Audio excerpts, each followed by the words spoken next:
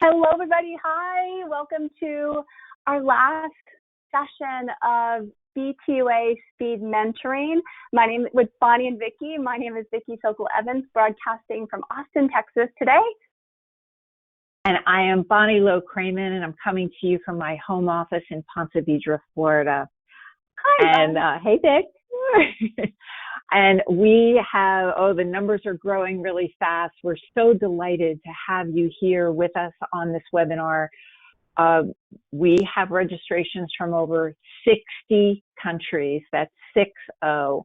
And my goodness, 2 weeks ago when we had Libby Moore as our guest, the response was so powerful, and I am delighted to tell you that we have a very powerful webinar scheduled for you today. So we're going to get right to it. But for those of you who may be new to this webinar and may not know Vickie and I very well, for 25 years, I worked as the personal assistant to Oscar-winning actress Olympia Dukakis. I am the author of Be the Ultimate Assistant. And for the last 9 years, I've been traveling the world, speaking and teaching, and at many of those times with this great lady, Vickie Sokol Evans, teaching our 2-day Be the Ultimate Assistant workshop. And I know we have many B2Ers on the call, and we're delighted all of you are here. Vickie, let's hear about you a little bit. Yeah, just real quick, for those of you that don't know anything about me, I am a Microsoft certified trainer. I've been teaching Microsoft technologies for both PC and Mac since 1997, a long time ago. And we teach, from the founder of Red Cape, we teach anything an end user touches, Microsoft, Google, or Apple productivity tools. And I have over 20 certifications in the technology. And so I'm going to get to show you a cool thing in Office 365 that some of you may or may not know about today. And I'm really excited to hear about what our guest has to say about jobs and what we can expect now and in the next year, 18 months. So we'll go ahead and get started there. I have some logistics slides first. I'm the logistics person here. And by the way, for those of you who do know me, I got my hair cut yesterday and colored, and there was a miscommunication. So I wasn't expecting it to be this short, but I appreciate all the sweet messages. They're not working because I'm still I told Bonnie, I'm like, Bonnie, this is not helping. I know, thank you, but it's not working. My goodness. Stay in my house. You're so self-conscious. Yeah. Oh, right? I mean, it looks amazing. Anyway, we're good. Oh, gosh, shut up. All right, here we go. So what we're going to do, logistics, we have over 700 people on the call already, and people are still coming in. So anytime, obviously on these calls, there are going to be some technical issues. So we have Colleen and Robert and Jen on our team that are managing all the technical issues. The main thing is if for some reason you can't hear us, let us know. But if it's just one or two people that can't hear us, you just probably need to close out and come back in. So that's what they're going to be managing. Now, along with that, you guys have questions. In order for us to filter on questions, we need to see the Q as a prefix before your question. So please include Q before your question, and we'll give you, if you have a specific question for Bonnie, it's BQ as in Bonnie question, VQ Vickie question, and then we'll tell you how to ask the question of our guest. You will all receive a certificate of attendance, especially for those of you that are unemployed and need that proof of work search activity. These would qualify for that. And then we have giveaways. So for those that stay on the end, we have about 4 giveaways for that. So, okay, I'm going to turn it over to Bon. I'm going to turn off my camera so you have our full attention, Bon. Thank you, Vickie. Thank you. And I'm just going on the record here. I think her hair looks amazing. Thanks, Bon. And the other little, not so little, but thing to know is that at the end of the webinar today, we have some pretty big announcements too about what's coming next. And that's not hype, it's reality, because I hope by now you know that Vickie and I really are determined in these webinars to give you as much meaty content that can help you as possible. So the theme today is employment, HR, jobs. What we know is that in the last 2 weeks since we last met on this webinar, we have entered what the world seems to be calling phase one of reopening the world after, the tsunami that hit the world called the pandemic, the COVID-19 virus. And it's been so interesting to hear from all over the world, from you, from our students, telling us that, some companies have made the decision to reopen October 1, some at the end of the year, some executives are saying, you know what, you're going to work at home indefinitely. So that's all over the place. As of this minute, as of today, there are still many more questions than there are answers. But what we do know is that in many parts of the United States and around the world, businesses have begun opening again, and there's all kinds of conversation about the use of masks and social distancing and what are offices going to look like in the new normal. Open floor plans seem to be a thing of the past. And so as you've heard me say on prior webinars, it's super important to share your opinions if you have anything to say on any of these issues as we're sorting it out, as leaders in HR are sorting it out. And Janine I'm sure will be addressing that to some degree. The next slide, Vic, please. The jobs. This morning, perhaps you heard the news. The bad news is that we're up to 38.6 million new unemployment job claims in the last 2 months.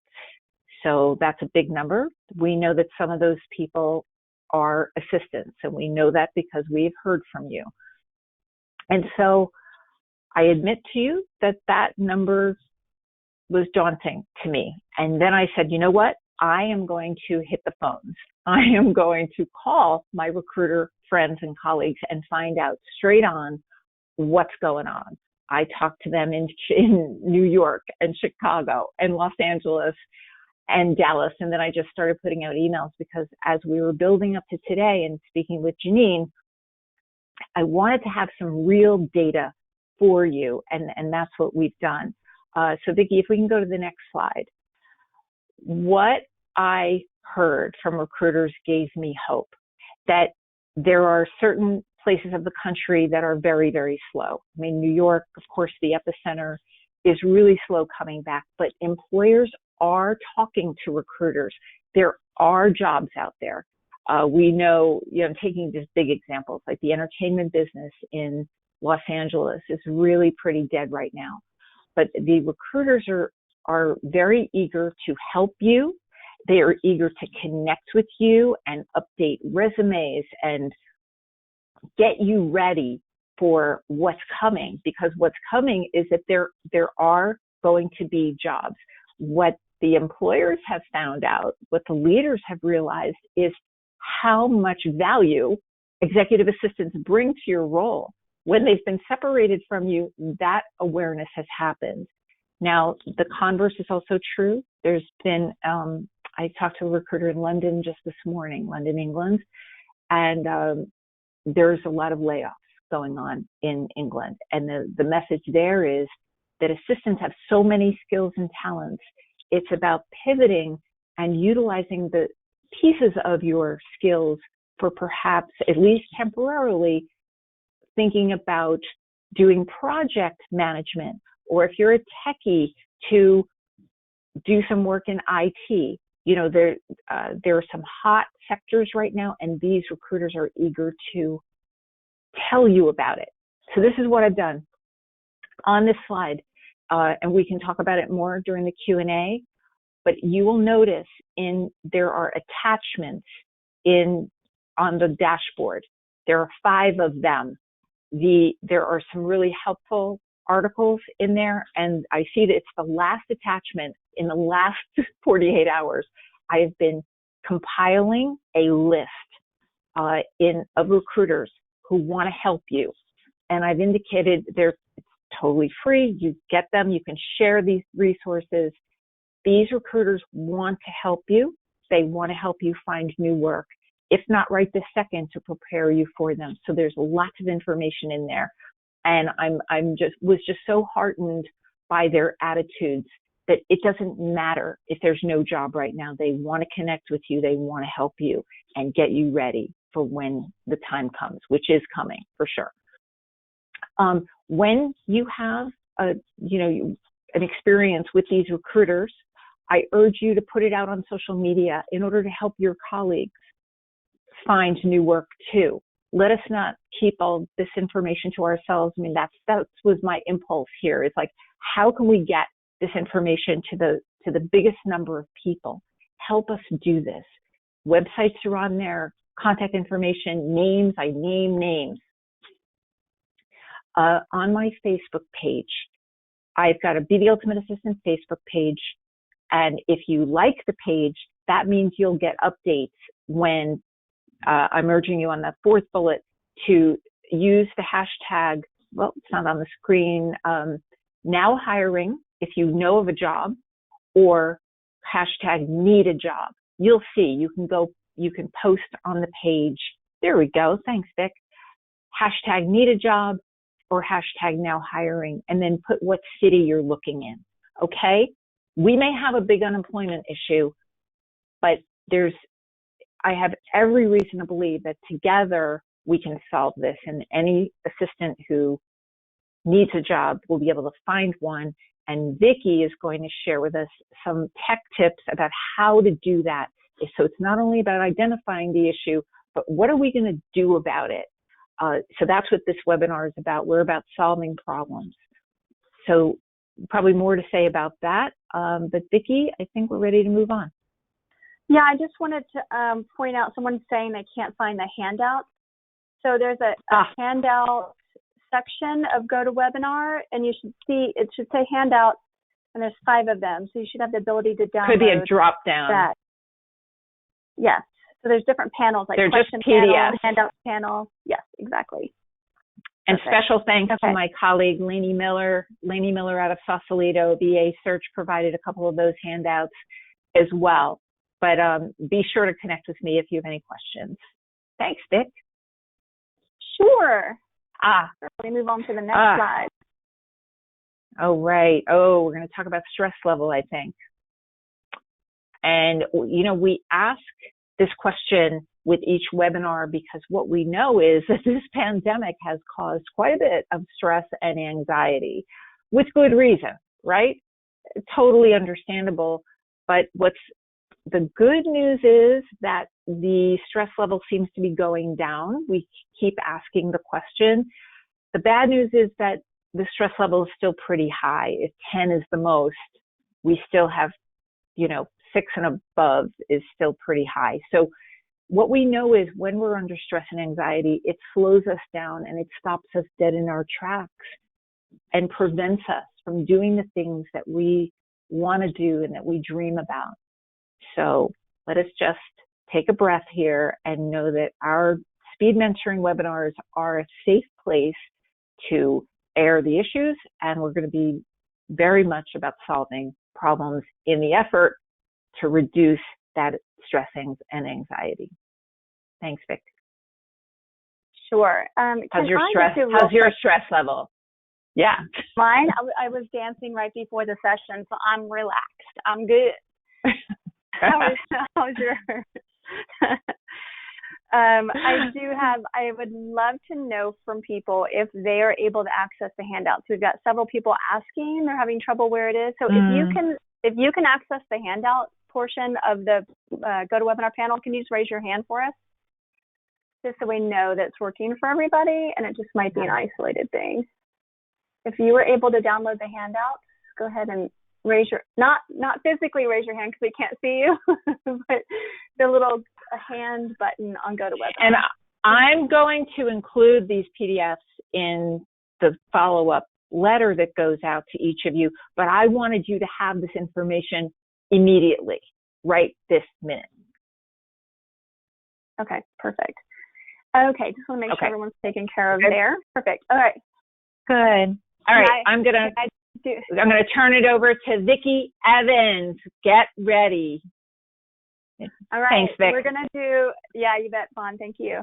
So I keep forgetting to mute myself. So just a reminder to mute yourself, Fawn, whenever I forget whenever you're presenting. So anyway, all right. Let me. You taught me well. I just didn't teach myself.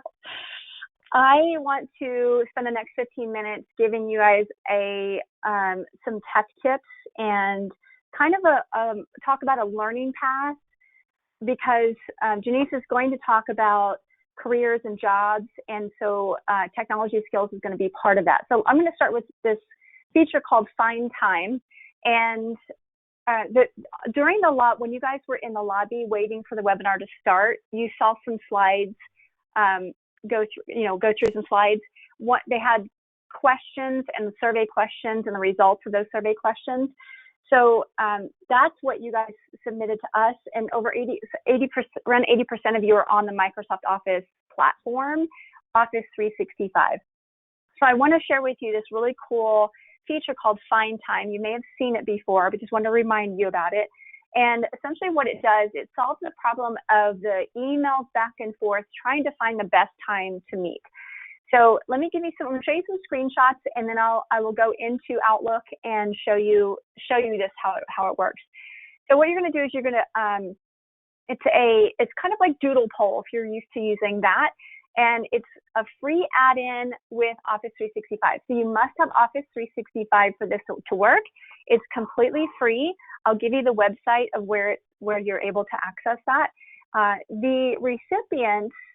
So like right now, I could pick 10 of you on this webinar and send you a Find Time poll for all of us to meet to talk about next steps, like if you want to get certified.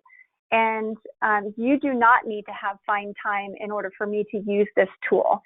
So it's similar to Doodle Poll, as I mentioned, and it's going to integrate with your Outlook calendar. And someone is not muted. So Colleen, will you do me a favor and just mute everybody? And except for me, please. Thank you. And then finally, one other thing I was going to tell you, I'll tell you about the two scenarios, but the beauty of this awesome feature is that it has auto hold and auto schedule. Hold on a second, I just need to make sure everyone's, I feel like I hear something in the background, but maybe not. Okay. So two scenarios. And the majority of you on this call are executive assistants. So I'm going to talk about, this is important to understand the two scenarios. Number one is that you are trying to book a meeting with other people and you're involved in that meeting. It's a meeting that you are going to participate in. It's going to be added to your calendar. So let's say that you want to meet with Bonnie and me.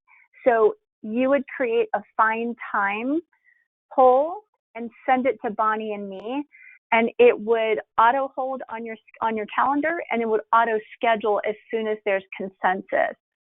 The other scenario would be is if you are trying to schedule a meeting with 10 people and it's for your executive. So you're just trying to get consensus of when everyone can meet, but you do not want to do the auto hold and you don't want to do the auto schedule, because the auto schedule and auto hold is for your calendar. So I'm going to show you the method, the first scenario, and then how do you get to the second scenario. So here are a couple of screenshots. First of all, if you're currently not doing this, your number one action item is to go to findtime.microsoft.com and download the add-in to Outlook. I've worked with a lot of major companies, even financial firms, that are literally like they've locked down everything, but they're still able to use Find Time. So try it, test it out, and if it works, check with your IT department and let them know about this really cool feature. So what you're going to do is you're either going to start a new message or you're going to reply to an existing message. So if someone says, hey, let's meet. Okay, here's the Find Time poll. So first of all, find time, you're going to access it. Then what you're going to do is when you turn on the poll, and I'll show you this live in just a second, it says new meeting poll. And you'll notice here, let me do Control L for my laser. You'll notice here you have red and green. So red is me. That means I'm not available during this time, but green means the other person that's in my organization is available during that time. These are the dates.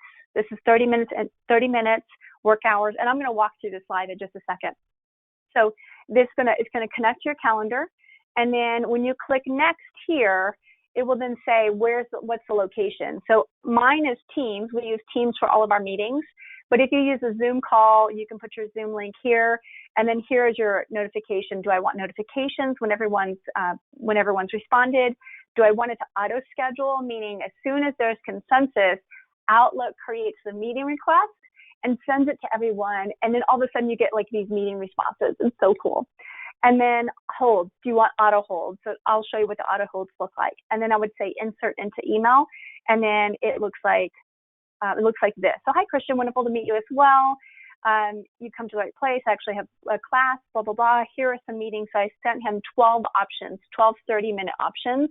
And so when he gets this email, he would click on select options. He doesn't have to have find time for this to work. And here's the auto hold. This is a completely different meeting. So here's the auto hold.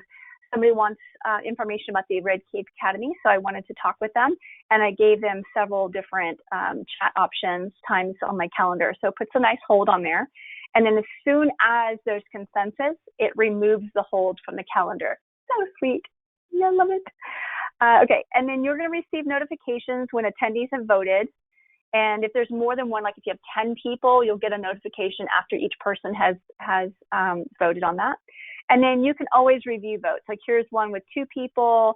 Here's what it looks like with 4 people. And what happens is when there's consensus, let's say this is a green row right here, but let's say that everyone agreed on this time. If they all agreed on this time and this time, Outlook is going to pick the earliest time. So it's just beautiful. It's magic. And then congratulations, your meeting has been finalized. The holds are removed and the appointment is scheduled. So let's look at what this might look like in real life.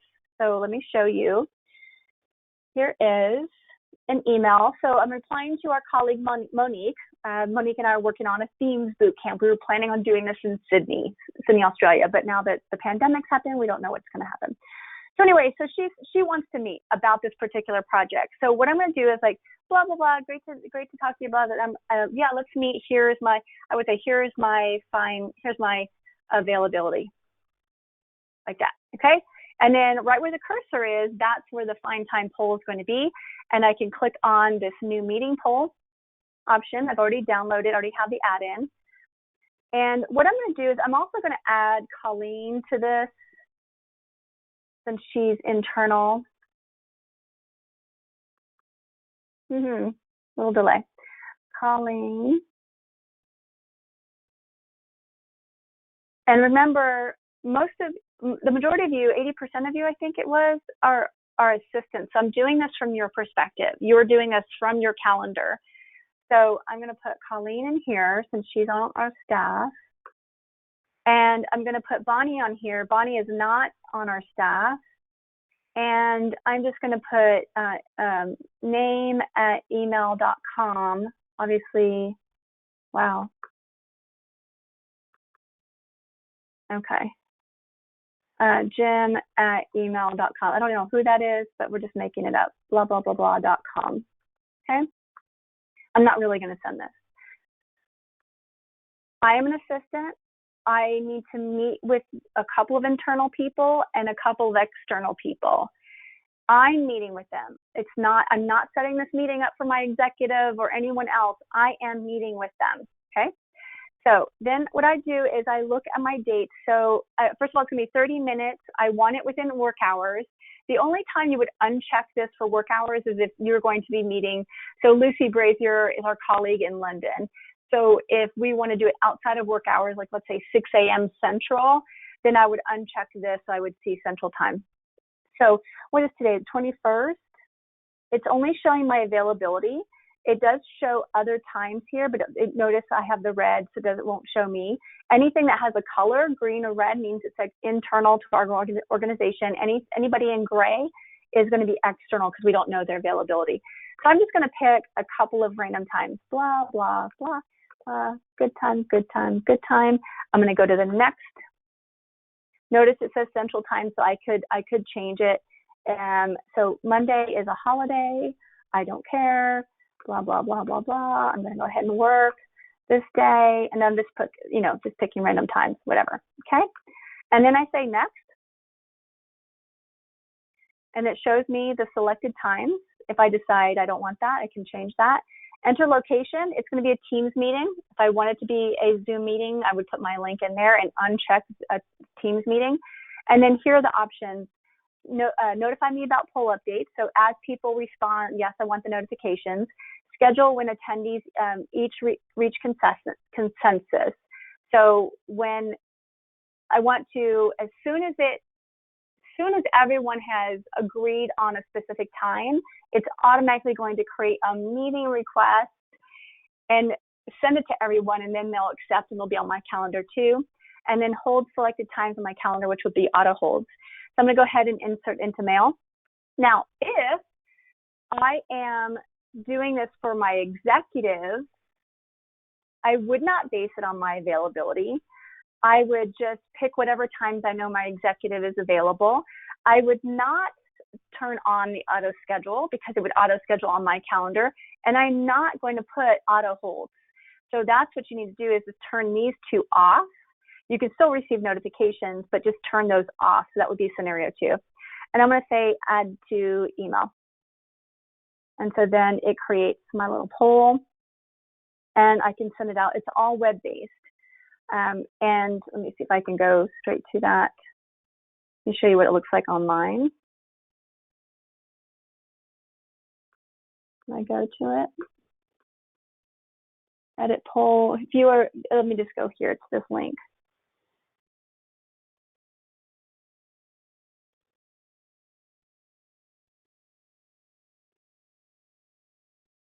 So this is what it looks like online.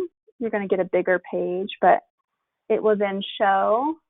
It popped up over here. It's all web-based, so you can always go check. So this is what the attendees are going to see. The meeting attendees are going to see this, and it would also allow them to use their phone. So it doesn't matter what email it is. Okay, so then it says, please select your name to continue. Well, I'm here, so I can click on my name, and then it's going to give me all of the interface. It's taking too long. Let's just do Bonnie. So, and this is what it would look like. So she could say, I prefer, yes, no, and so on. Okay, so I need to move on. I see some questions, but we'll take the questions later. Let me keep going. So here's what I want to talk to you guys about, since this is our last free session, because a lot of you I see some questions about certification. So just want to touch on certification a little bit, since it applies to getting jobs and promotions and staying at your current job.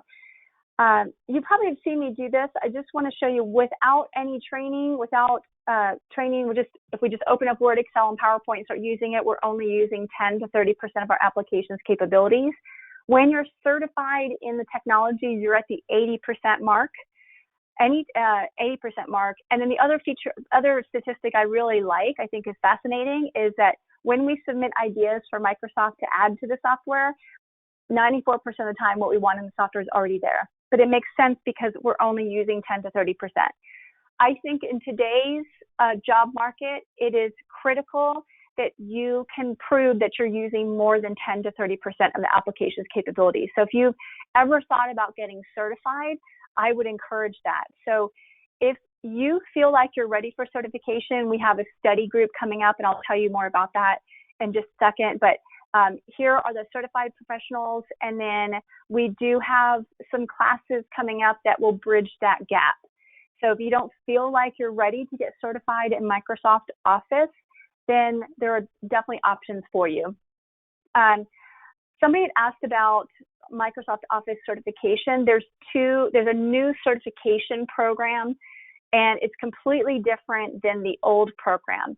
I'm not going to go into detail about this, but if you go to our website, redcapeco.com/MOS, M-O-S, there's a free certification webinar that's up there, and you can watch it.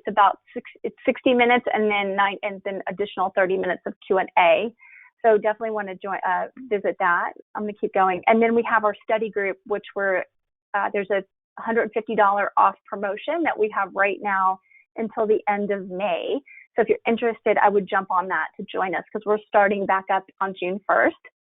And then if you're interested in bridging the gap, here's my schedule for the next 4 months. These purple things, so anything right here in purple, we're right here on the 21st. Bonnie and we're going to announce we're doing our 4 more of these mentoring series for $99 for the whole package. So anything in purple is when Bonnie and I are meeting and doing these mentoring series. So we'd love to have you on that. Anything in red, those are my academy classes. So you can join for $30 a month or $300 a year to meet with me once a month. And then anything in black is our study group check-ins and accountability sessions. And then these 3 little dots here, these blue or kind of greenish teal placeholders, that's my 3-part Microsoft Productivity series centered around my book, the 100 Tips series. So if you're not ready for certification, I would encourage you to join us for that series there. And I think that is it for me. I'm going to turn it on over to Bon now, and it's 11:30. Hey, yeah. Made it. Yeah. Great stuff, Vickie. And I want everybody to know that when I was speaking with all of these recruiters in the last couple of weeks, they confirmed that, I said, well, what kind of training do assistants need right now to prepare for this next new era we're walking into? And they absolutely confirmed that Vickie certification programs, any technical training that you can do on Office 365 will benefit you, and these things belong on your resume, and the recruiters will reiterate that, but really important. Okay, so Vickie, thank you so much for the work you're doing. It is so vital to help strengthen assistants to really add to the confidence level.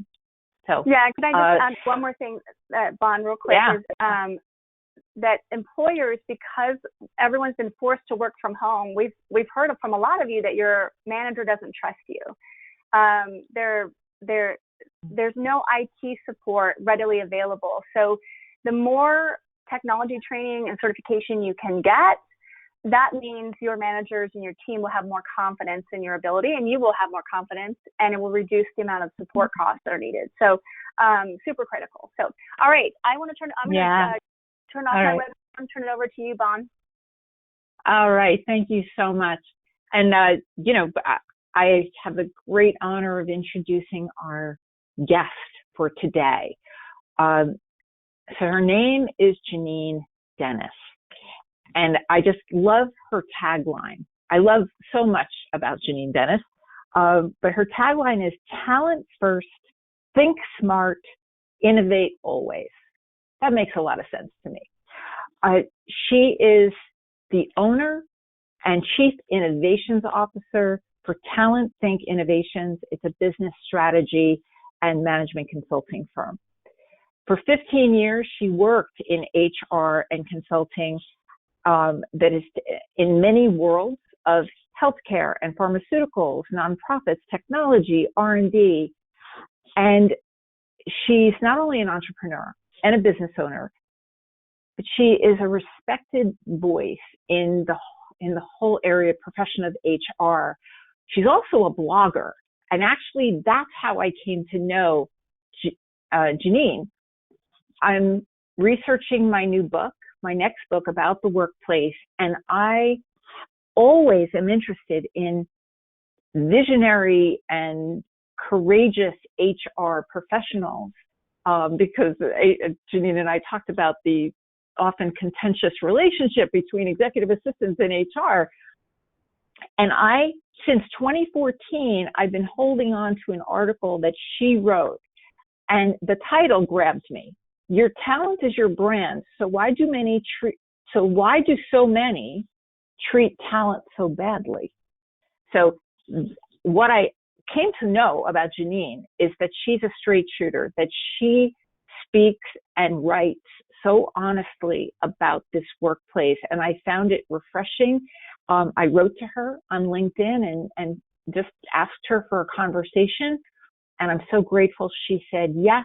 Ladies and gentlemen, please let us welcome Janine Dennis. Hi, everybody. Welcome, Janine. Thank you so much. Hey. Welcome, Janine. So happy you're here. Thanks for making time. You're coming to us from your home in where? Long Island, New York, the epicenter. Oh, boy. So how's life been going for you in these last couple of months for you and your family? Thankfully, we're all healthy. So that's the blessing. I'm now a teacher. Other than what I do in the real world, I teach my 3 kids from home now. I'm homeschooling. Oh, right. Along with all the rest of the moms. You know, it's been an interesting transition, but thankfully it's been one that I think I got prepared for a long time ago, if that makes sense. Mm-hmm. So we've been weathering it fine, but we're sheltered in place. There's not a whole lot to do. Yeah. So it's how old are the kids? 11, 8, and 6. Well, I'm sure a lot of the people listening on this call can relate and feel you, So listen, yep. Janine, I'm so delighted you're here, and I'm going to turn it over to you. I'm going to turn off my webcam. Vickie's going to tell everybody how to ask questions of you, and then we're going to turn it over to you. So, Vic, let's hear how we do this, please. Perfect. Well, first of all, welcome, Janine. So happy to have you here. I'm excited about your talk. And then thank you to everyone who's been posting VQ or BQ as prefixes for the questions. This is helping us immensely, so we'll get to those. And then now that we have Janine here, add JQ in front of your question if you have a specific question for her. So I'm going to turn it on over to you, Janine. Okay. All right. Janine, you'll let us know when you're ready for questions. How's that? Perfect. Cool. Sounds great. Yep. All right. Thank you. So thank you, everybody, for being here. I'm really excited to be with you today. I thought for our time together, we would do a few things. So one thing that I think we should do is talk about the future of work and in some way normalize, or have a common consensus on how we got to where we are today, right? And that's kind of even outside of the whole COVID situation. So we'll talk a little bit about the state of the workplace and the future of work. And then I'll talk to you a bit about HR and why there's been kind of this contentious relationship between, executive assistants in general, and HR, so that you have a bit of a more, humanistic, purview of HR and why that might have been. And then we'll talk a little bit about wages to end out, and then I'll take some of your questions if you have them. So the slide that you're seeing right now, the trifecta we never saw it coming, is something that I started sharing with my audiences through webinars and talks in 2018. I just felt this pull in my own business and a pivot that I wanted to do for my own self and my own brand and my own business about what human transformation looks like. And I think when we talk about work, I think it becomes really important that we understand the human, because if we do understand the human, then we can understand exactly why certain things end up happening the way that they do. So when I thought about the trifecta that was affecting the workforce and even life as we know it, and again, keep in mind, this is 2018, I started thinking about things like the fourth industrial revolution. So the fourth industrial revolution is what we are currently in, or are moving into very rapidly, I would say now, since the whole COVID-19 situation. And so, that includes this realization where we are combining or merging the physical, the digital, and the biological. We are seeing things like mobile supercomputing and neurotechnological kinds of things and biometrics and machine learning, right? So what's important about that to know is this industrial revolution is very different than the previous industrial revolutions in that it's moved a lot more rapidly, and we're talking about fusing life with work in a lot of ways. Like all of the different things that makes our existence as humans are starting to kind of fuse together in a way that we've never experienced it before. The second thing that we talk about is consumerization. So the consumerization factor is just how we see things, how we purchase goods, how we approach, going out and getting what we need, right? So right now, a lot of us anyhow, are sheltered in place. And as you can see, probably in your own towns and your cities, a lot of retail stores have closed down. A lot of mom and pops haven't been able to weather the storm, especially early on in this thing. And that's all due to something called e-commerce. It's due to that, and it's also due to people's buying habits, right? So there's a very individual mindset about things, and this translates to work. People want to be seen. People want to be seen as an individual. They want to be praised and recognized as the individual. And why not? They should have always been, technically. So consumerization, when we talk about that, we're not just talking about purchasing habits. We're also talking about how people see their work, how they see themselves in a greater society. And then the last piece is human suffering. So, human suffering, I want to be clear, has been happening long before COVID-19 happened, right? When we talk about new normals and a previous normal, the normal we had prior to COVID-19 was anything but normal. I think we can all agree to that, and especially certainly not in the workplace. So, one of the shifts that I'm excited to see is that some of our unsung heroes, which is many of you who are on this call today, are now going to start to get their due, right? Get their due recognition, get the praise for the contributions that they're making to the workforce. In a lot of ways, if you look at what's happening, right? We would always laud and praise the CEOs and the C whatevers, anything in the C-suite. You very rarely hear the executive assistant or the administrative assistant or even the virtual assistant getting the praise, or even, blue collar workers, whatever.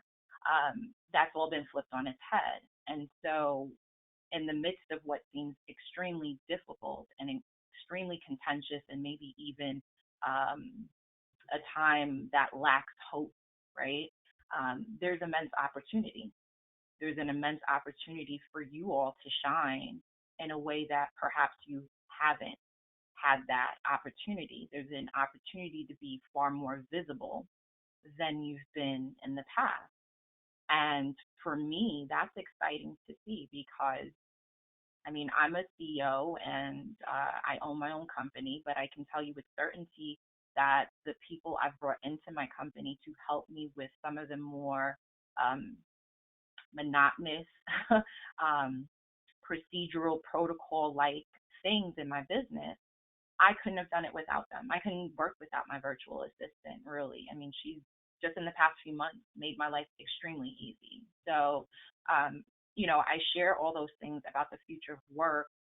One, to give you a real-time global view of what's shifting in our lives and at work, so you understand how important it is, everything you've heard today. You heard a lot about how it's so important to become technologically savvy, how it may become important for you to pivot some of what you do so that it's more of a match to what the market needs. That's going to be absolutely crucial. The reality is a lot of the jobs aren't going to come back. And if they do come back, they're not going to come back in the same form that they were in previously, right? So it's really going to be about flexibility. It's going to be about how you brand yourself. It's going to be about how you make the most of the skills that you have and also upskilling so that you are prepared for these shifts. So let's move on a bit to talking about HR and why there's been a bit of a contentious relationship between executive assistants and HR and that sort of thing. So I am a longtime HR practitioner. I love HR. I went into it with the intention to do HR. So, it's a discipline that I hold near and dear to my heart, but I also have never steered away from giving it the tough love that it needs when need be. Um, HR does not often get its due, similar to you, right? So sometimes in order to understand somebody and to come to a place where you can actually get along with them, you have to understand their plight and find the similarities, right? The connective tissue. And so, HR has a huge job in the organization, and they're also the first to blame for when things don't go right. They also don't empower themselves, enough to make the changes they should. And, it's been my experience in a lot of organizations, the executive assistants that work in the C-suite especially, they have a lot of clout. They have a lot of clout, and especially if they have a really good rapport with the person that they are reporting into or partnering with. They have a lot of clout, sometimes maybe have more of a purview into what's going on in the organization than HR does. HR is probably almost the last to know all the time. And that's twofold. One, like I said, we don't get the respect, and two, we don't ask for it, we don't demand it, and that's our problem, not yours. But any discipline that has to be responsible for the management of other human beings, right? The herding and the management of other human beings is a discipline that's going to be stretched pretty thinly in terms of just bandwidth, in terms of what they're expected to do, and that's not even counting all the regulatory and litigious types of things that we're responsible for. So a lot of, I think, what we get, or what I shouldn't say we, what HR people get really upset about is not having that line of sight into what's actually happening in the organization, and enough so that they can serve it adequately. We're always scrambling for the bits and pieces. And so, I think that there's an opportunity for a really nice relationship between executive assistants and HR, where there can be kind of this two-way communication, so that HR does what they need to do better. And in return, your person who you are serving also understands what HR is trying to do better. I also think that HR is a really great spot to be looking for opportunities, particularly if a lot of what you've done in your work has been people oriented. If you've been onboarding people for the company that you work for, if you've been doing anything having to do with people operations or HR systems, I think this is a really right time to be trying to see how you might be able to segue into HR. If you're really good at writing policy or protocols and things like that, these are things HR people really don't have the time to do, and they really don't want to do. So, this would be a good time to kind of break the ice and use some of the skills that you've had to break into a new area. So hopefully that's helpful in helping you frame some of how HR functions, why we operate the way we do, and why maybe it's been a contentious place in terms of an executive assistant. Before we run out of time, let's talk a little bit about wage. You put up the wage slide a bit. So I wanted to talk about the wage gap. It's no secret that right now, wages are a hot topic for a lot of different reasons. So a lot of my friends, many of whom are, director level and above, they have all had to take significant pay cuts at this time. And so that's a signal of the time. If people at the upper echelon of the organization are having to take pay cuts, then what that could and might mean for everybody else below that. So, one of my predictions is we're either going to be seeing flatten wages for some time, and or we're going to be seeing significant drops in wages as companies kind of figure out where they are revenue wise, what the losses are, and also kind of repositioning what the organization does. So that's something to anticipate. That being said, women, we're already behind the eight ball, significantly. So we know that overall we're getting 81 cents on the dollar from men. And that gets even worse as we start looking at, underutilized groups, right? Underprivileged groups, if you will, women of color, right? So for Black women, 61 cents. For Latinas, 54 cents. It's not a good. This is not the prime time, I should say, for us to have to go through stagnant wages or even lower wages. So, I would say that it's still a time to advocate for yourself. I don't want that to discourage you in terms of, where we've been and what our continued challenges are. This is still a time for you to advocate for a fair wage for yourself. This is not a time to, acquiesce to what seems to be going on in the market. We always advocate for what we're worth. And then if the organization cannot, and it's still a great organization to be joining, then that's for you to make a decision what the extra value adds are.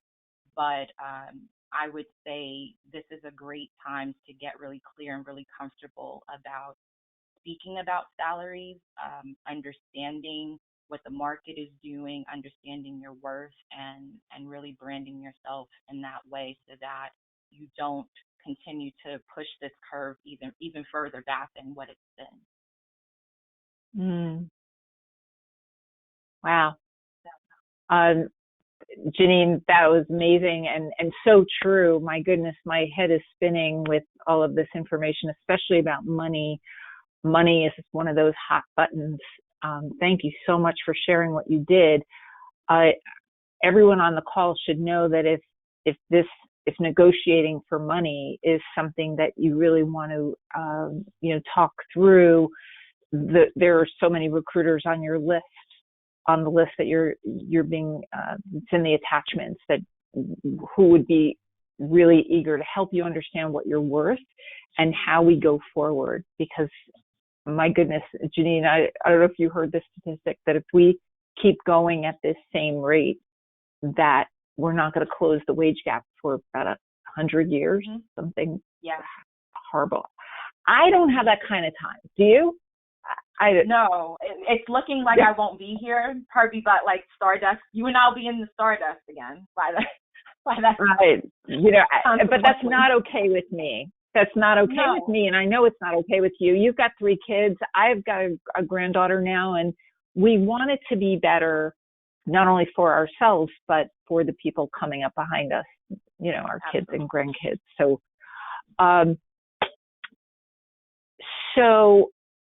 let's see. Janine, what do you think about this? That one of the things we hear around the world is that many assistants are reluctant to ask for what they're worth because they don't hold an undergraduate degree. What do you have to say about that? Please. That's interesting. Do you have an opinion about that? I think the tide's turning on that a bit. So I do too. Where we were was a society that really put a lot of emphasis on being formally educated by a 4-year institution, and that's what we compensated for in the workforce. Now we're coming into a time where, the whole world has been flipped on its head, and I think the companies are just going to want people who have good skills. Whether or not they've been to a 4-year institution, I don't think is going to make much of a difference. It's going to be, what can you get on the ground and do for this company today?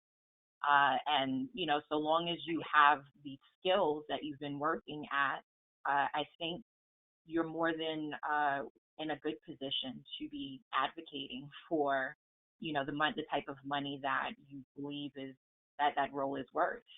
And I think you get it. I think you know, totally. as long as they have it to give, I think that you would honestly get it. And that is consistent with what the recruiters say, is that an undergraduate degree is not as important as the certifications and the workshops that you've taken that you can include in your resume that are more current. Like someone's undergraduate degree, like mine, was, more than 20 years ago. It's much more useful to, in this workplace, right? Mm-hmm. Well, I think, something I've been advocating for in the past decade is this concept of continuous learning. So yes, the undergraduate is wonderful. I feel like mine gave me a good foundation, but I could not be where even I am had I not continued my learning. Absolutely. And that's the case, that we're, training for assistants has not been the norm until fairly recently. And now it seems to be really gaining steam to the point where part of the compensation package is an annual training budget. In the United States, we're hearing an average of about $5,000 a year, because it's not, one kind of training is not, it's not reasonable to think that that's what everybody needs. It's not one size fits all. Hey, Vickie, do you want to just reiterate to everybody how we ask questions, please? Yes, it's been on the screen. So they have submitted questions. So you're ready for some? Are you ready, Janine?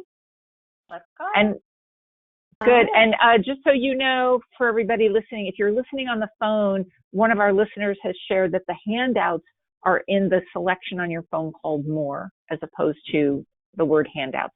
We can't assume everybody's listening on a computer. Okay. Vic? Okay. Yes.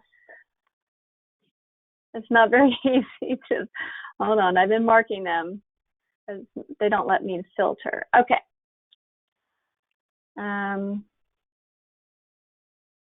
Okay, so I'm not going to say names to just protect everyone's privacy. What if HR is also your boss? There it is.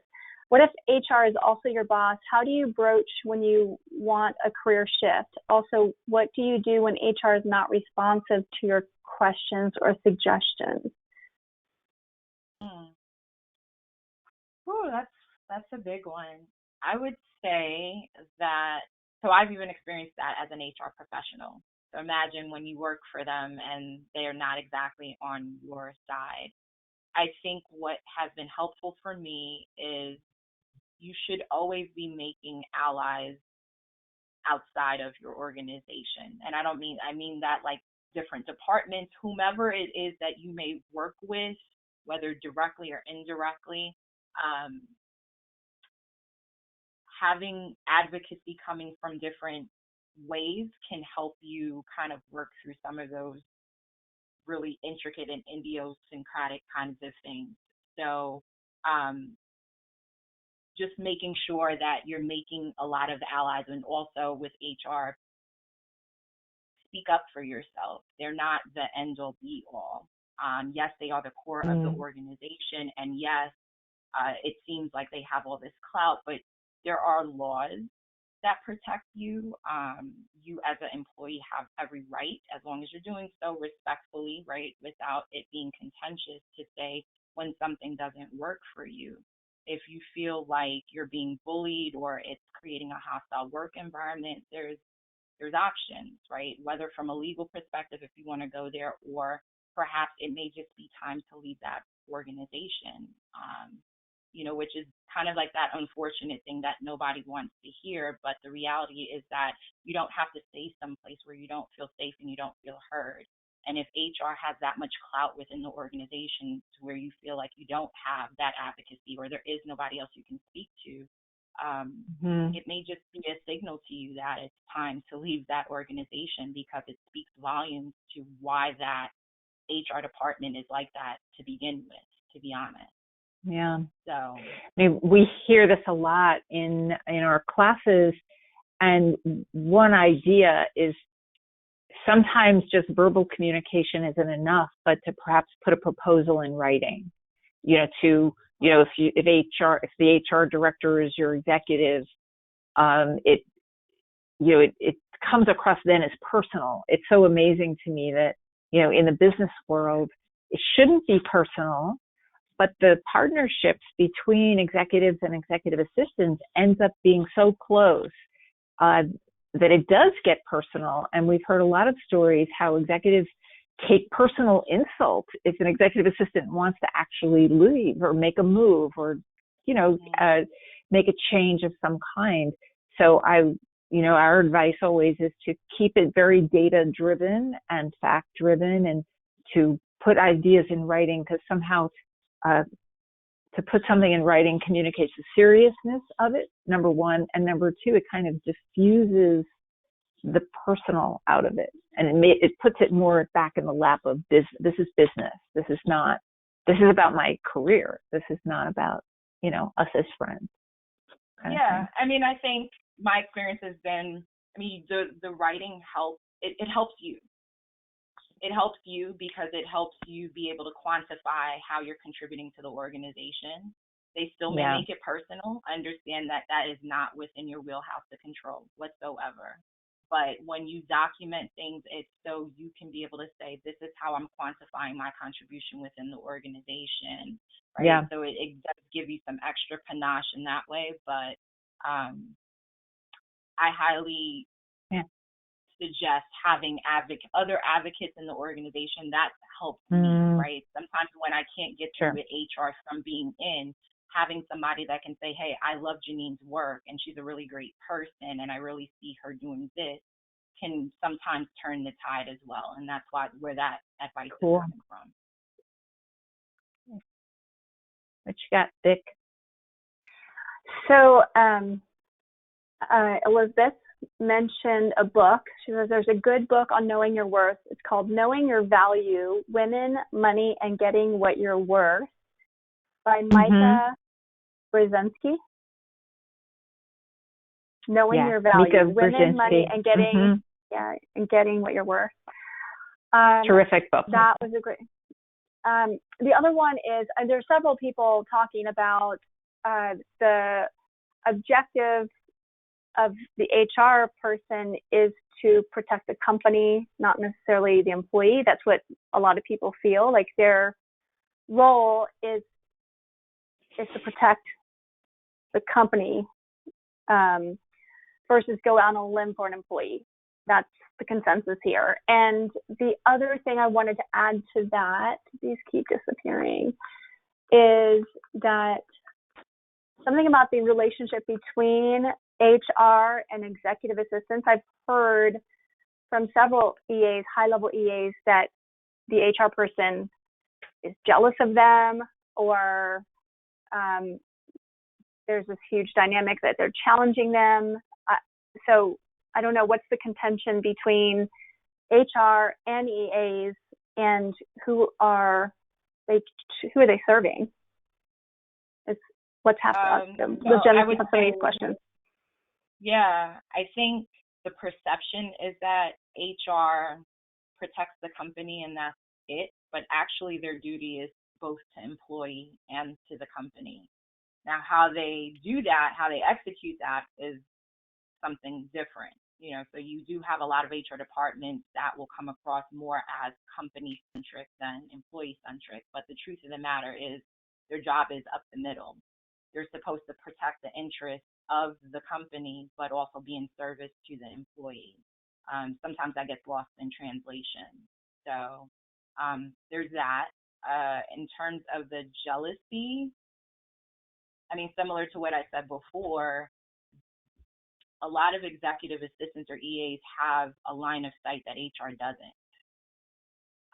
And that's not your problem, but that's their problem, and that's even maybe your boss's problem, right? Because the reality is HR is pretty important to the company and should be, at the proverbial table when certain decisions and conversations are happening, and they're not. So feeling like an executive assistant has that knowledge ahead of them when they have to set strategy as well as execute on behalf of a whole workforce, while it should not be taken out on you, that would be a good reason why there may be a contentious relationship. Yeah. I have something to add to this. Okay, go ahead, Bon. No, go ahead, Vic. Good. Well, how can assistants collaborate with HR? Like the olive branch. IT, what they do is they bring them food. Like if you want IT on your side, just bring them food. What is the olive branch for assistants to open communication, collaborate with them, and bring them along?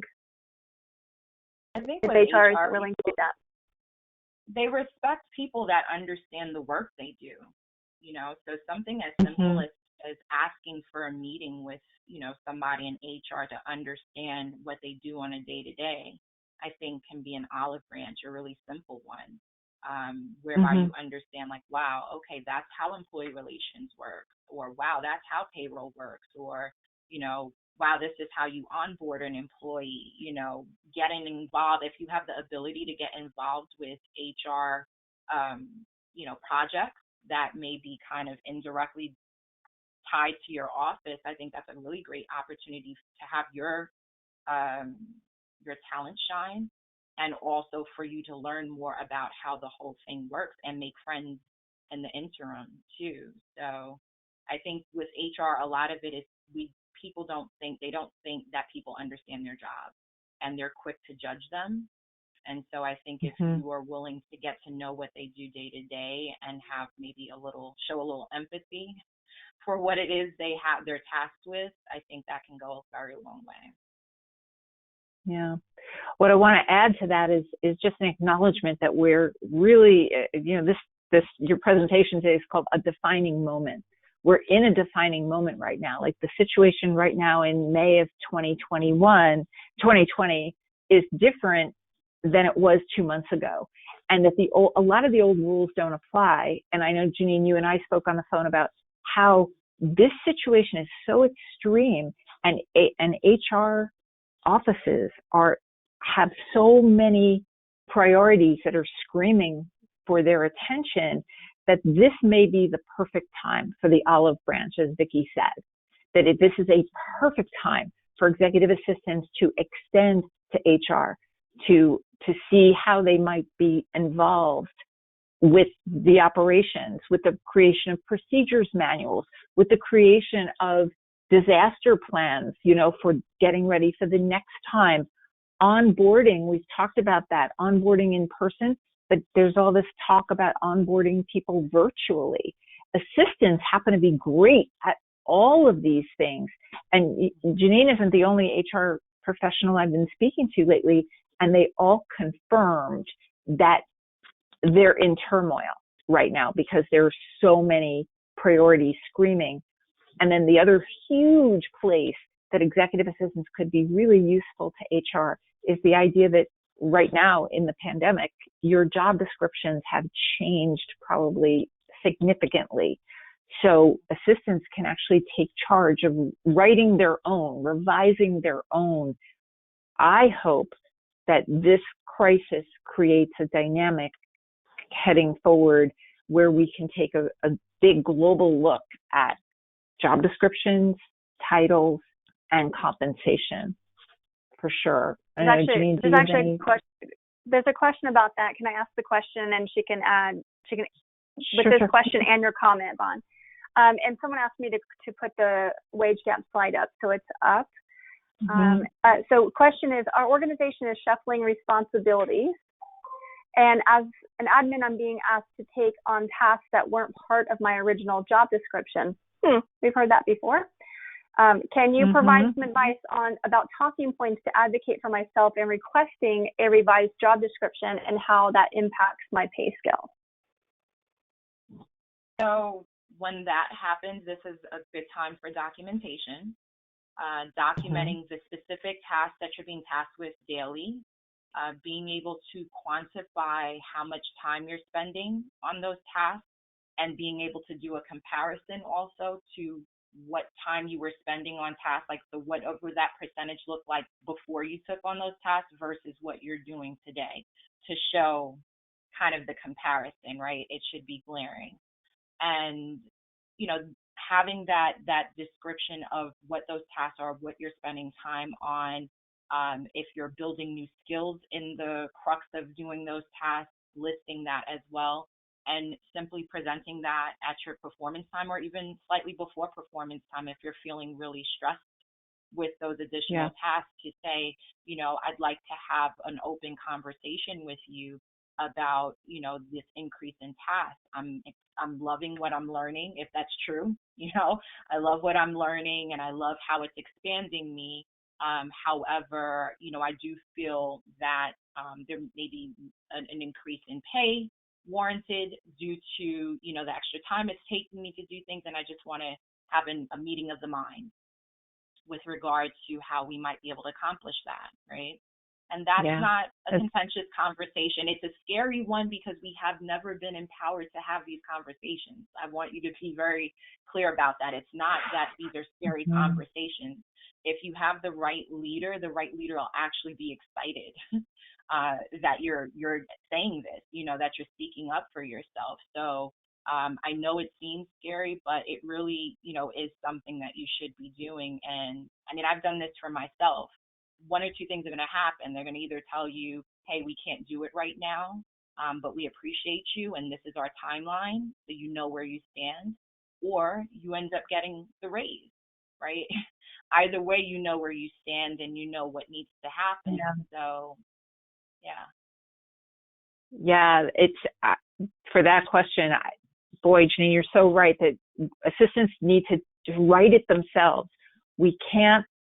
HR is so in turmoil, it seems to me, that the job descriptions, a revision of a job description for executive assistants is not towards the top of the list at all. And in fact, I believe the hard truth is that pre-pandemic, it still wasn't. All over the world, Vickie and I would hear from our students who would say that the job description that you're doing bears very little resemblance to the one that you were hired in at. So it shouldn't necessarily be your job to revise it, but there it is. And what is so clear is a job description equals money. And many assistants report, I ask you to consider if your leaders had to replace you, how many people would that mean? I have firsthand knowledge of assistants who left their company and they were replaced, no joke, with 2 people, in one case 3 people, and in another case, true story, 4 people, and the job still wasn't done very well. That's how capable, and so you think about it, 4 salaries, they're getting a bargain in you if in fact you're doing the job of 2 people or 3 people, or 4, right? That's how capable and competent this group is. Which is amazing, but from an HR perspective, from where I sit, especially with an industrial psychology background, we never want to have a job like that overburdened. That's what we call an overburdened role, right? In terms of a full-time equivalent. Wow. A full-time equivalent needs to be at 100%. If you're talking about that one person got replaced by 4 people, 3 people, that's 4 full-time equivalents. That's an overburden. That's 400% of capacity in one person. Wow. Oh, I can feel the nodding heads right now out in the audience. Can't you, Vickie? Yeah, you should see. I have like 25 more questions, like high priority questions. Go ahead. Go. No time. No, I have no time. Go. Well, let me ask you this. Okay. What is confidential? Kind of patient confidentiality. What is confidential with the HR person?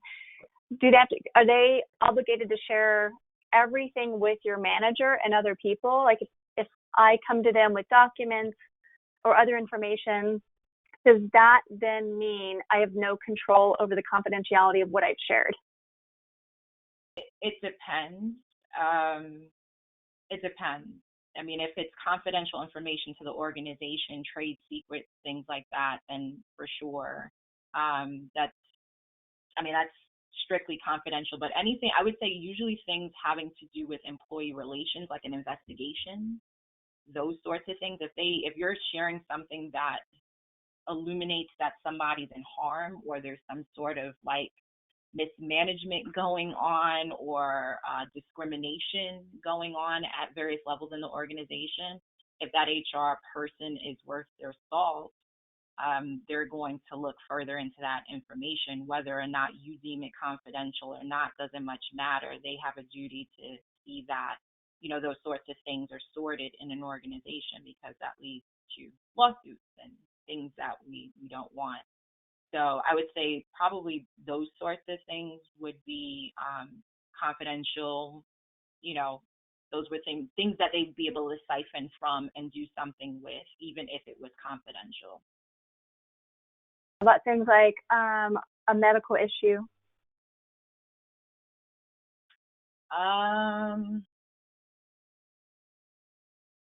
Like with regard to what?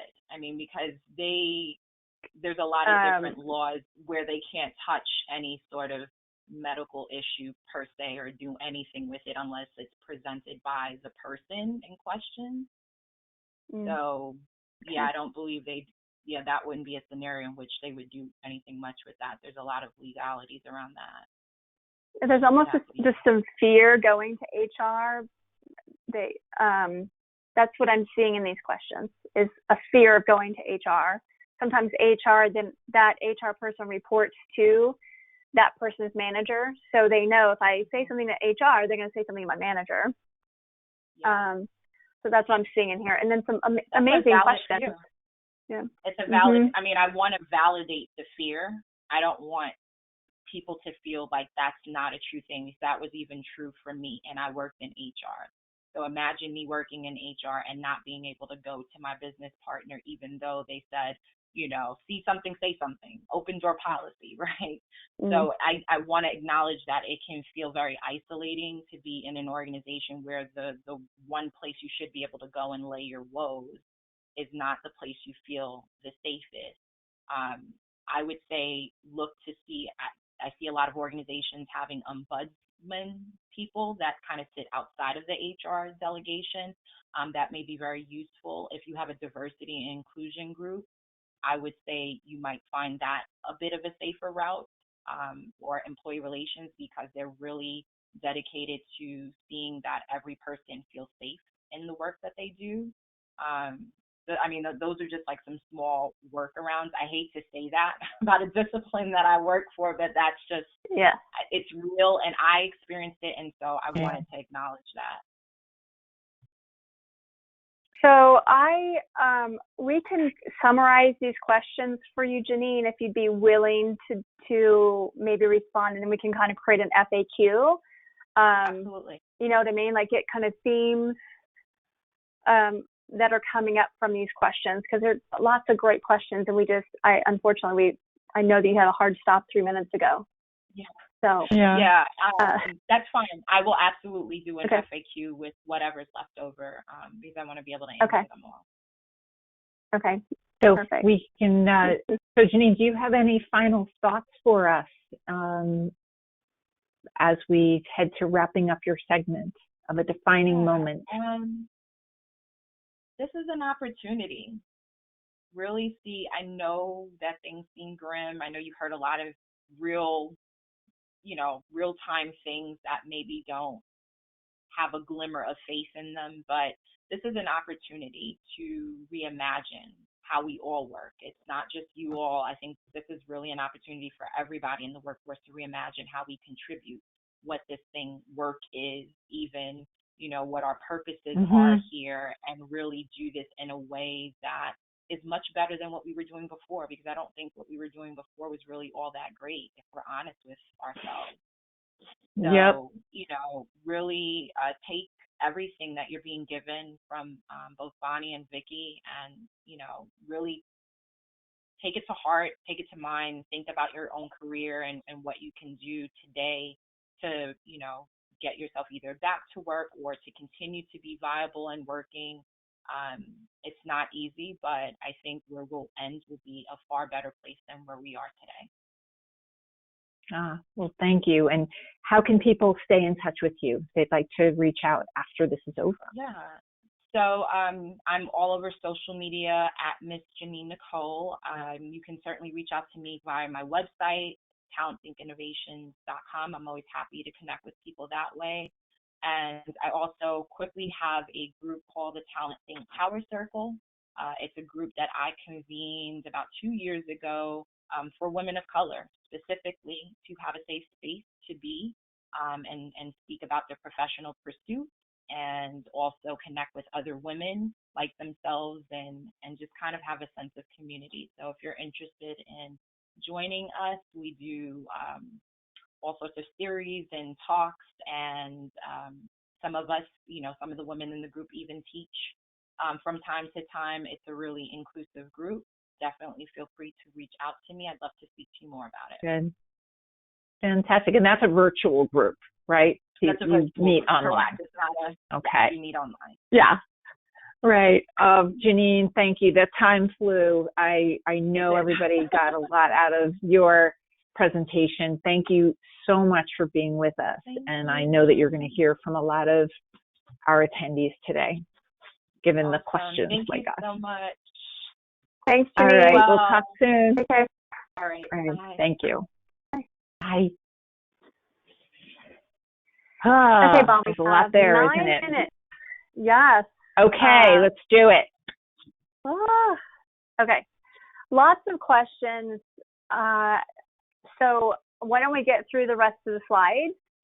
And if you want to have some questions at the end, we can certainly do that. I want to make sure we end when we promise, and then we can always ask. Yeah. Yes. Yeah. So I'm game. Are you game, Vic, to stay a little bit longer and answer some questions? Oh, yeah. Okay, let's do it. Yeah, a little bit, because I didn't realize I have another call at the top of the hour. So, yeah. Okay. Yeah, forgot about that. So, go ahead. This is your right? Yeah, perfect. This is the next step. So, here's what's going to happen. Obviously, we're going to send the replay to you all, and usually it's within 2 hours. There was a glitch with GoToWebinar that it says it's going to send it to you in 6 weeks. So, they said they got it fixed, so we have no idea. If you don't get it 2 hours from now, then you'll probably get it within the next 2 days. So Bonnie usually sends out an email with all the attachments and any other resources that will help you during today's session. Right. Definitely connect with us on LinkedIn. Let us know that you attended the session. There's an option to add a note. It's completely free. You don't need a subscription to LinkedIn for that. And then Bonnie mentioned on Facebook to go to Be the Ultimate Assistant Facebook page and post any jobs there with the hashtag now hiring or hashtag need a job, and be sure to include your location or if the job is virtual. So, and we definitely want you to keep working with us. Before I talk about next steps and what we have for you guys to continue working together, I personally want to thank each and every one of you for attending these sessions. I know 90 minutes is a lot to commit to. This is our 5th one, Bon, I think, our 5th free one. It is.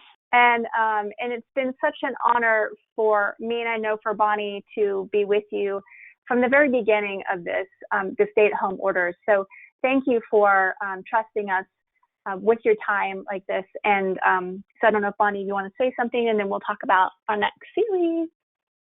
Well, I echo your thoughts, Vickie. I mean, this whole webinar series was born out of the idea that, oh my gosh, this whole group, this whole profession is going to be sent home and everybody's isolated. So how could we bring everybody together?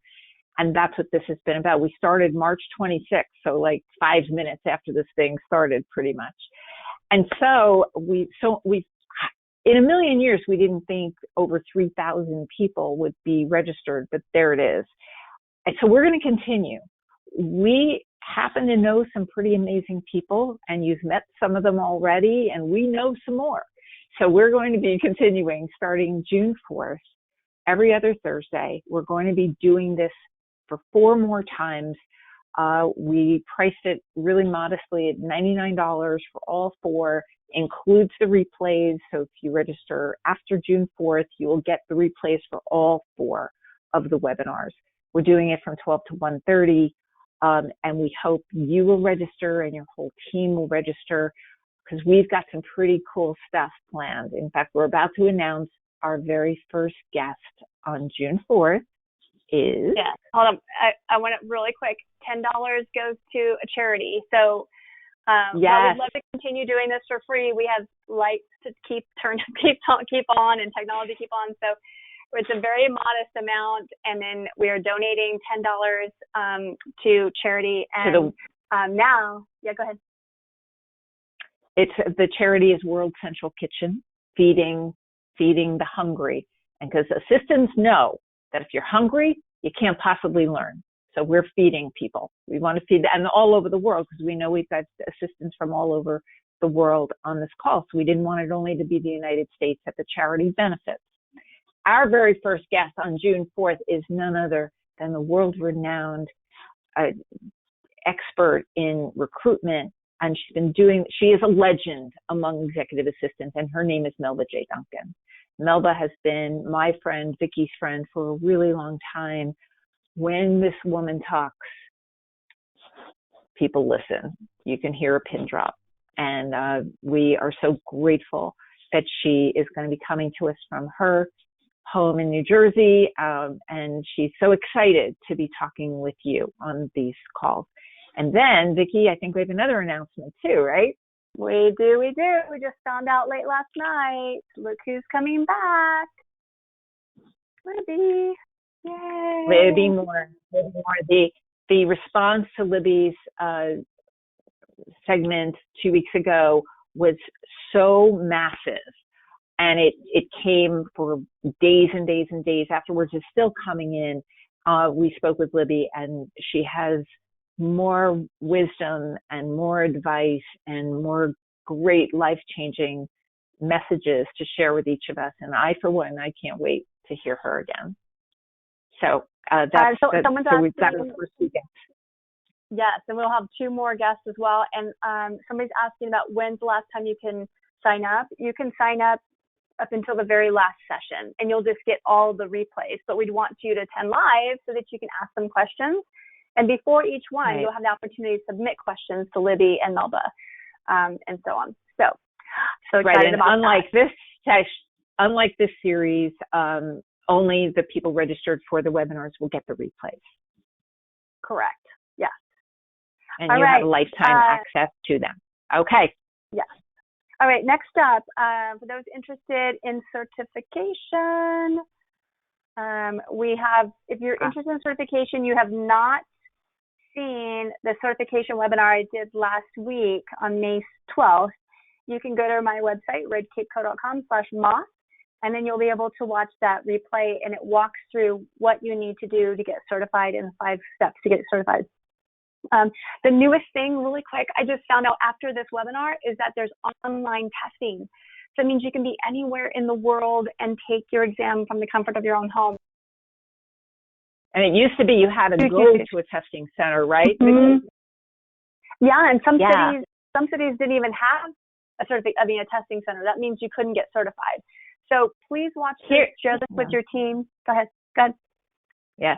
Here's the thing that's so true about Moth certification is that our B2A students report that when they get certified in any one of the office suites, that it matters on your resume and to recruiters. It matters and it'll matter to your company. If you need help with certification, like you need accountability and you want to go through a group, we have the Moth Study Group, which is normally $500. It's now $350 till the end of May. If you do not need help, like you're just going to do this on your own, I recommend Gmetrics Prep software, which is also on my website, and there's a Red Cape bundle where you get 14 exams for the price of 2. So just go to redcapeco.com/moth, and if you want to study on your own, you don't need help, then make sure you jump on the Gmetrics Prep software package. And then with our Moth Study Group, we'll have orientation on the 28th, and we'll talk about Gmetrics. If you're not ready for certification, in June, I will send you all each an email when enrollment starts. I'll have a 3-part series, which is $199 for all 3. And I'm giving away my giveaway is an enrollment in this 3-part series. And so, Colleen, if you have a winner for the $199 series, let's announce that. Somebody on the call? I do, and I am going to apologize. I apologize if I mispronounce your name here. The winner is Stephanie Delamu. I'm close, I'm sure. How do you spell it? Congratulations, Stephanie. Eloumeaux. Okay, cool. All right, we will reach out to Stephanie about that course. And the link for the 4-part series, I'll bring that back up again. Well, hey, right. Robert. We're giving away 2 of them. Robert, could you put the link to the 4-part series in the chat window so if people wanted to register for that, they can? And we're giving away 2 seats. So 2 of you will win a free enrollment into the $99 series. And Colleen. Right. And one of them was donated by one of our attendees. And we're so happy. I mean, that's how much of a fan Claudia Hesk is of our webinar series. Claudia, I know you're listening. Thank you so much. You donated one of these 2 registrations, and that just speaks to how generous the assistants of the world are. So, Colleen, who are our winners, please? Winner 1 is Cherry Taylor, and winner 2 is Stormy Rios. Is what? Winner 2 too? Who's winner 2? Stormy Rios. One more time. Stormy Rios. Stormy. It's the Rios. Stormy. Stormy as in stormy. Right? Okay. It was cutting out. Okay. Thank you. Stormy Rios. Right. You'll help us. All right. Bon, and you have a mentoring session. Do you want to talk about that?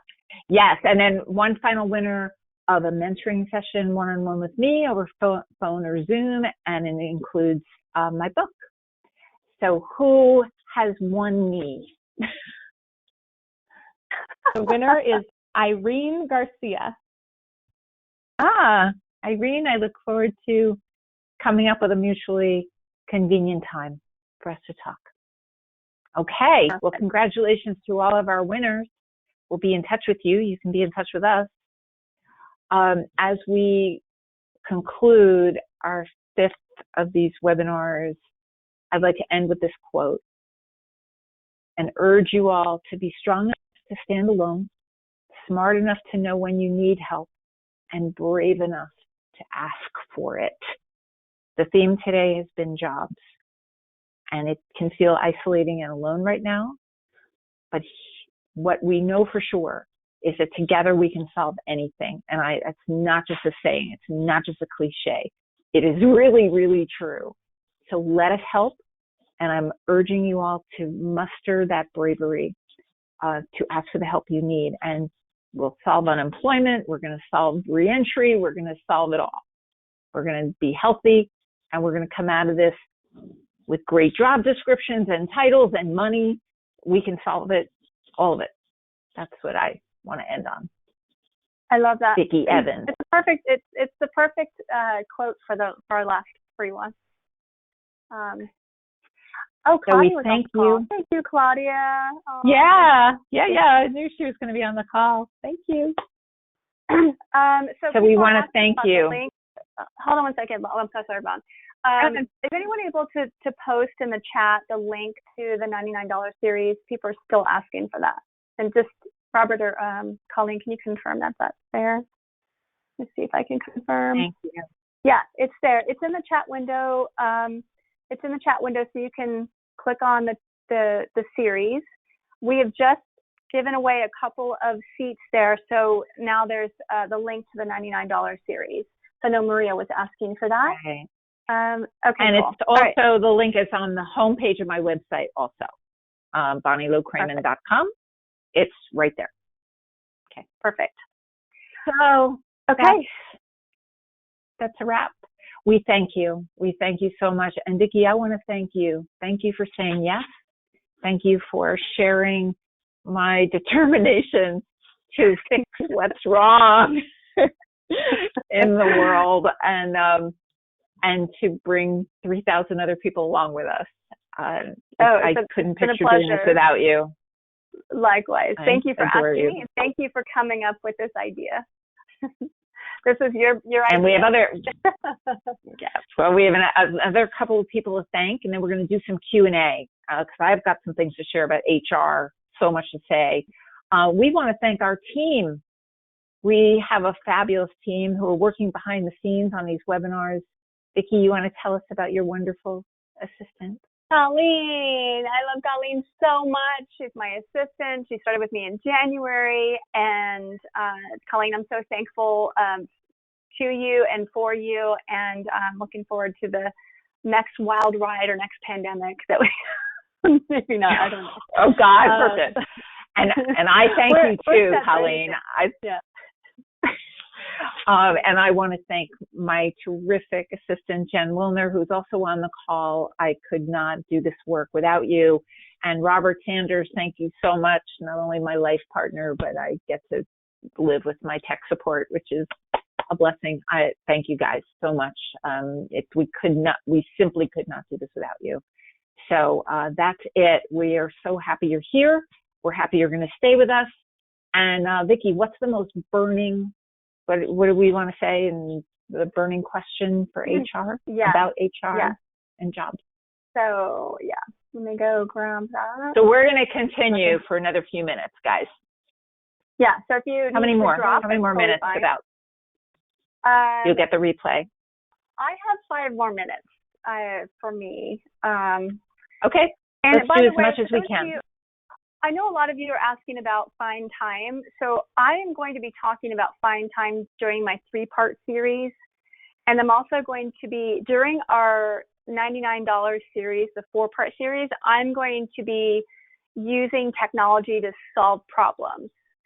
So we'll have a problem and I'll show you how we can solve it in under 10 minutes using tech. So that's what I'm going to be showing during the $99 series. And then I'll be able to answer a lot of these questions as well. And I can probably put an FAQ together for y'all. Okay, so Bon, how feasible is it changing jobs in the midst of working from home? I feel that somehow I'm faulting to my professional to leave my company while working from home. Your thoughts? I don't quite, I'm faulting to my professional. I guess she's waiting for her executive to leave before she leaves. I'm not sure. But if someone wants to change jobs right now, is this the right time to be changing jobs? Here's the thing. You know what I'm observing is that a lot of people in the world are asking some tough questions. That in this time at home, it's giving you the time to think to yourself, am I really in the right job? Is this what I really want to do? What do I envision for myself? I suggest that you think about the age you are right now and the age you want to retire and come up with that number. How many years is it that you want to still work? And just do some soul searching about, is this really how you want to be spending your time in that number of years? And if the answer is no, like it's about a gut check. I don't think it's a terrible time to change if in fact that's what your strongest instinct is telling you to do. At the very least, do the research. It could be that you come up with the conclusion that, you know what, I think I want to stay put for at least the next 2 years and then make a move. I think these recruiters who are on the list on the attachments could be very helpful in having you come to some consensus or some conclusion about how you want to move.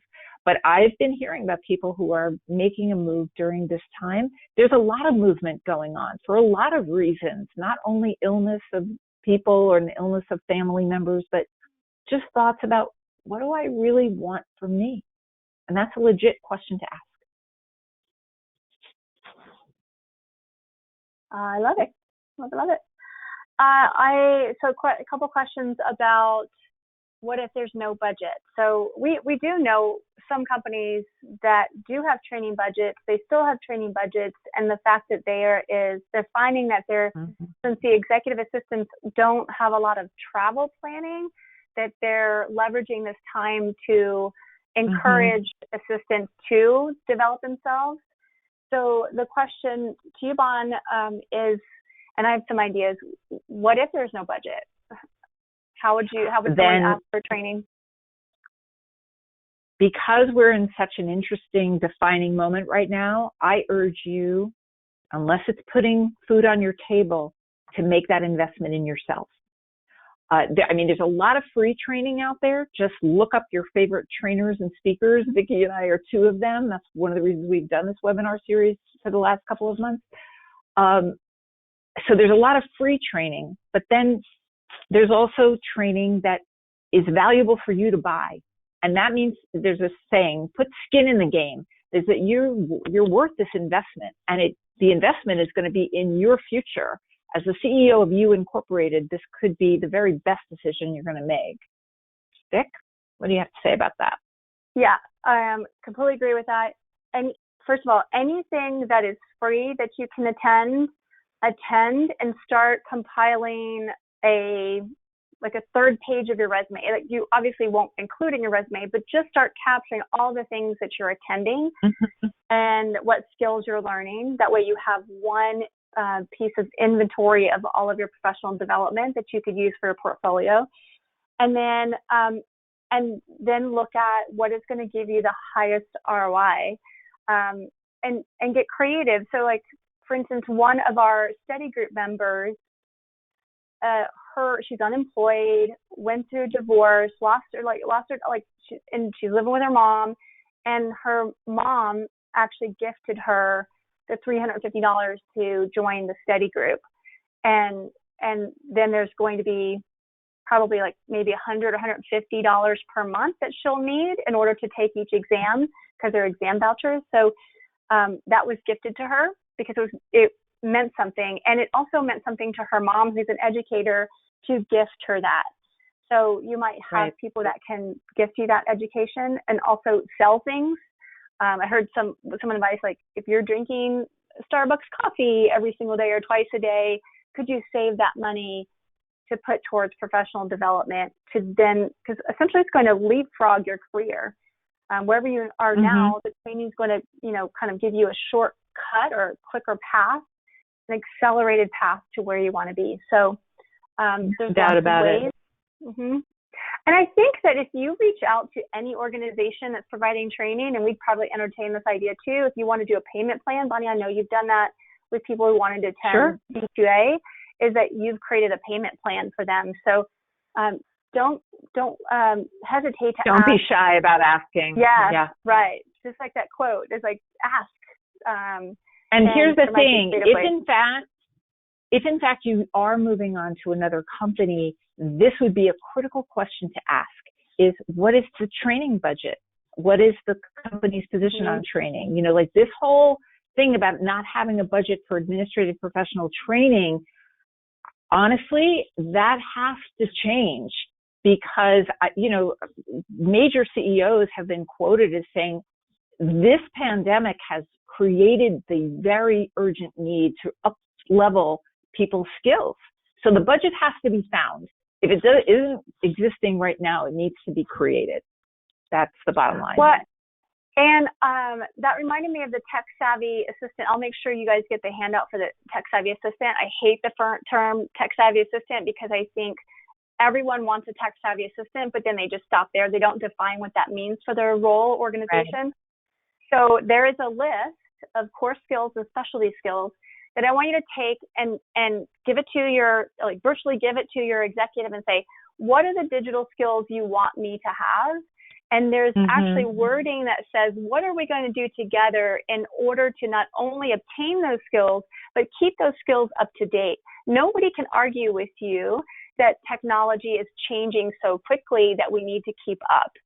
So that has all the words you could use in order to pursue certification, or even just jump into the 3-part series or our $99 series, whatever you're looking for. So we've got some resources for you. Let's see.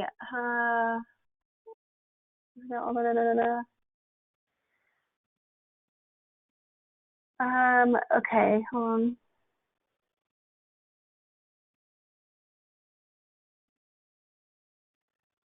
Okay, let's do this one last one. Any advice on how to handle the question why you left your last job, but the reason why you left is because of verbal abuse, and you don't want to let anyone know that? So you don't want to disclose bullying or verbal abuse, or you don't want to disclose the real reason, how do you communicate why you're leaving that role? You know, honestly, this pandemic is kind of creating an environment where people are not asking too many probing questions. It simply could be, it was no longer a fit. It was no longer a fit for me. It no longer felt like it was meeting my career goals. And it could be the kinds of things that you want to learn now. The reasons to begin a job don't stay the same throughout the life of a position. It's such a shame, this whole bullying situation. I mean, many of you who know me know that that is a subject that I'm passionate about solving. And hopefully, you know, with the best HR people are doing exit interviews and trying to find out the real truth behind why people are leaving, because the only way bullying is going to get solved is if we expose it. Silence really is the enemy. So it just kills me that, you know, the bully gets to stay at a job and continue bullying people, and, you know, good people get chased away. It feels very unfair to me, and I am advocating to work together to find ways to expose bullies before they do too much damage. But I think it just can be as simple as, this job is no longer feeling like a fit to me, and there have been some changes at the organization, and I know that it's time to move on. Now, who can argue with that? I don't think you're going to be asked too many questions. Yeah, that's a good idea.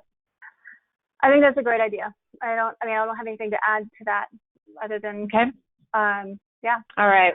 One last comment real quick from Julie. I wanted to reiterate how fabulous these webinars are for my psyche. I'm going to get emotional reading it. Here in Hawaii, we have always been segregated since we were on an island. They're really on an island. Like, the feeling of being cut off from the masses is more prevalent now. Connecting to you has been amazing. I was an EA to a CEO restaurateur who is one of many who had to close all locations during the pandemic. I'm sorry to hear that. I was furloughed, and thank you for uplifting my spirit, sending you much peace, love, and aloha. I will connect on Facebook, #she needs a job. So that was really sweet. Thank you, Julie, for that. Okay. All right, let us know which island, if it's Honolulu or wherever. We're going to fix this. We are going to help each other. That is what I want to leave you with, is to be brave and to choose to help each other generously without keeping score. That is going to be the future. The old rules don't apply, and we have an awesome opportunity to figure a new thing out using our fine minds. And let us finally collaborate with HR, and let's stop doing this. Finally, let's figure this out and bring them along, because they're in a bad way right now, actually. Well, so and to that, I wanted to say one more thing, Bon. Well, maybe, I don't know. Yeah. Please. I love the fact that Claudia, it was her idea. Claudia Heskey, who said, I would like to donate $99 for someone to give away for the 4-part series. So if any of you feel compelled to donate for somebody who might be unemployed, we welcome that. I mean, that would be lovely. And so I just want to thank Claudia for that, and just kind of maybe plant the seed. If anyone would like to contribute, we can certainly make sure that happens. So we're excited to continue. We'll hope to see all of you on June 4th with Melba J. Duncan. I urge you, if you are involved in a job search, go to those recruiters in your handouts. And if you know somebody who needs help, forward any of that to the people who you know need help. That's the way this is going to get fixed. Vickie and I can't do it alone. We need you with us. And we're going to do everything we can to get out as great information as we possibly can. So thank you for being with us. Yes, thank you. And if you have ideas for special guests for our 4-part series, we welcome those ideas too. We've got some other folks we're thinking about. Okay. Stay healthy. Stay safe and healthy, because it's only if we stay safe and healthy that we can do all of this. Right, Vickie Evans? Absolutely. Yes. We have our health. Right. That's what we need. All right. Well, it's a wrap, Bonnie, Low-Kramen, and team. All right. Bye, everyone. We're so grateful for you. Mwah. All right. Thanks a lot, guys. Okay. Well, this concludes today's session. You may now disconnect from the call. We'll see you next time, guys. Bye. Bye. Bye, Dick. Bye, Bon.